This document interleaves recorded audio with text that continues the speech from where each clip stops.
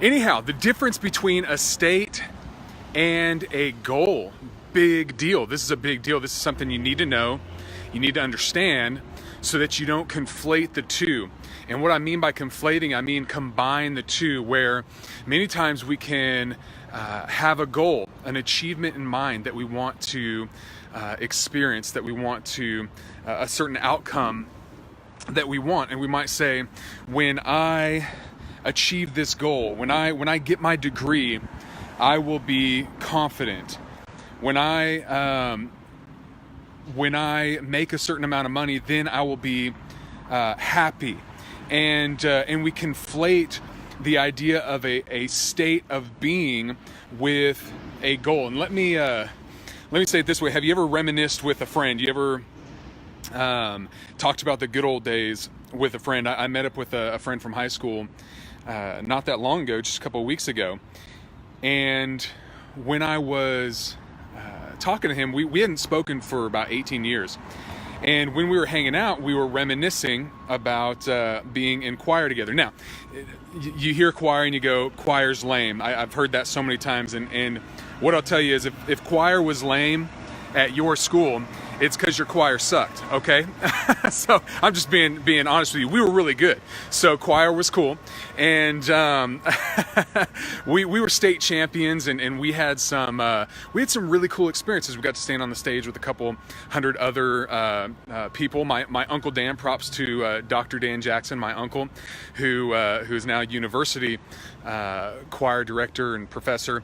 But in high school, anyways, back to me and my friend, we were sitting at this restaurant in Austin, and we were laughing, and we were saying things like, hey, remember standing on the stage and after one of our shows, and just, a couple thousand people were clapping and standing ovations and just saying how awesome our choir was because of our performance or whatever it was. And we both smiled, and I know what I felt in that moment. I felt this feeling of accomplishment, of being a part of something bigger than myself, being a part of a winning team, being successful. All those feelings came over me, and it put a smile on my face, and I kind of rolled my shoulders back, and I go, yeah, wow, I remember that. And we both had that moment. Now, it doesn't matter what was going on that day. It doesn't matter what was happening in my life at that time. In that moment, I felt success. I felt happy. I felt confidence because of that memory that I experienced. So, what am I saying here? I'm saying that our state of being is fluid. It's ambiguous. It can change. It can flow, and we can change it by remembering and experiencing or re-experiencing times when we felt a certain way. So let me give you an example here. So I want you to think of a time, go ahead and do it right now, that you were really happy. I mean, really, really happy. Think of a time that you were very happy, and just go there in your mind, and just kind of drop into your body in that moment. See what you saw, feel what you felt in that moment, and hear what you heard. Okay? You got that? See what you saw, feel what you felt, hear what you heard. And what happens?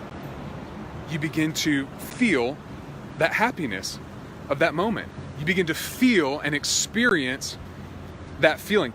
That is a state. That's a state of being. Hey, what's up, Bruce? Thanks for jumping on. I'm looking forward to recording the podcast with you this afternoon, my friend. But that's a state of being.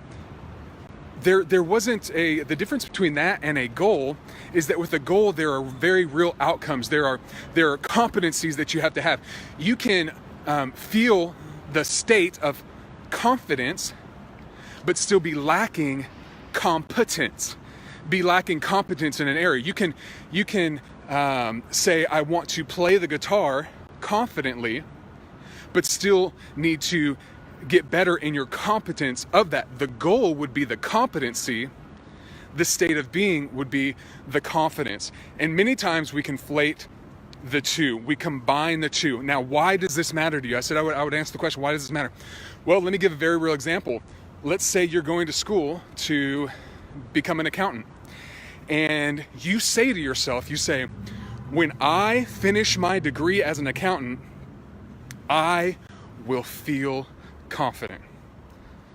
Okay, that doesn't sound bad. That sounds, okay, that's good. When I finish my degree, I will feel confident. Here's the only problem. Many times you go to get the job in line with your degree in the last year of your degree.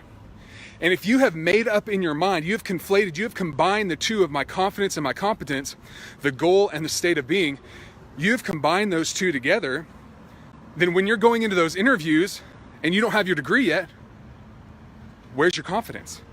You don't have confidence. You've combined the two, and you've actually put a wall there and said, I won't be confident until I'm competent.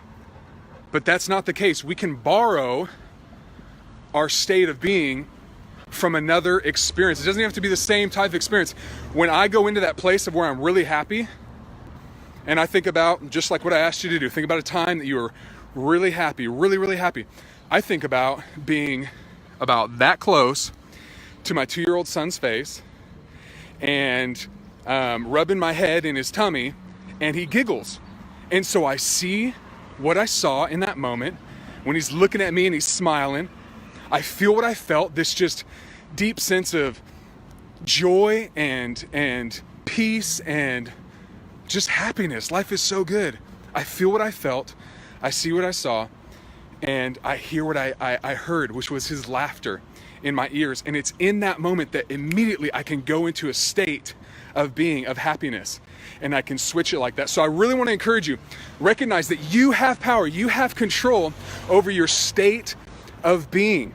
And do not connect the two. Do not combine the two. Now, I want to tell you that because I want you to work on your goals, and I want you to work on setting real goals. But your goals are going to be competencies. They're going to have real outcomes, and they are not going to be a state of being. Now, if you want to work on your goals, you want to focus on your purpose, I encourage you to go to drewtjackson.com/coaching. And on that page, I have the 5 pillars of success. You can read them there. But I also have a free teaching, The Power of a Pre-Made Decision. And in that teaching, I talk about your purpose, and I give you it's like 16-page packet. You don't have to put your email in. You don't have to put your name in. It's all there, free. You can download the stuff, or there's links there to where you can get it all for free. And I want to encourage you to do that. Work on your goals, but do not combine your state of being with your goal. You can be in whatever state you want to be in right now by seeing what you saw, feel what you felt, and hear what you heard in the state that you want to be in. I hope that helps you today, and I wish you the best in your journey of success, and I will see you tomorrow. Bye-bye.